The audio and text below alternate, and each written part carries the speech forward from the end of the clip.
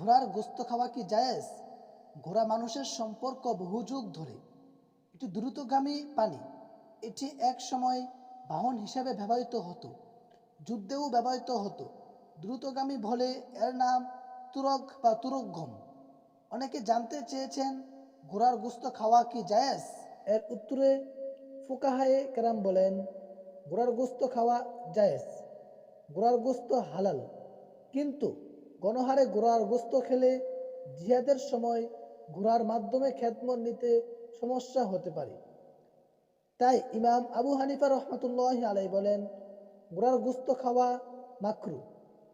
ফাতোয়ায়ে হিন্দিয়া 5290 নম্বর হাদিস।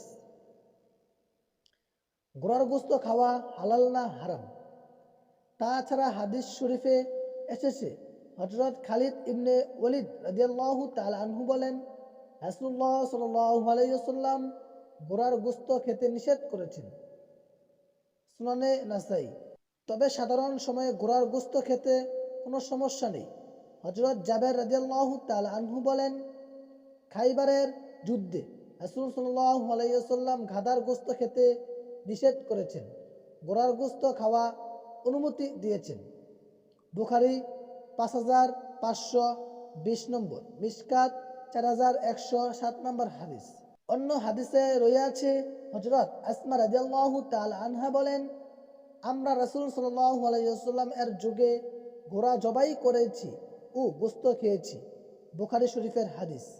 রাসূলুল্লাহ সাল্লাল্লাহু আলাইহি ওয়াসাল্লাম বলেন, মানুষ ব্যাপক হারে ঘোড়ার জবাই করে গোস্ত খেলে যুদ্ধের সময় ঘোড়া পাওয়া যাবে না।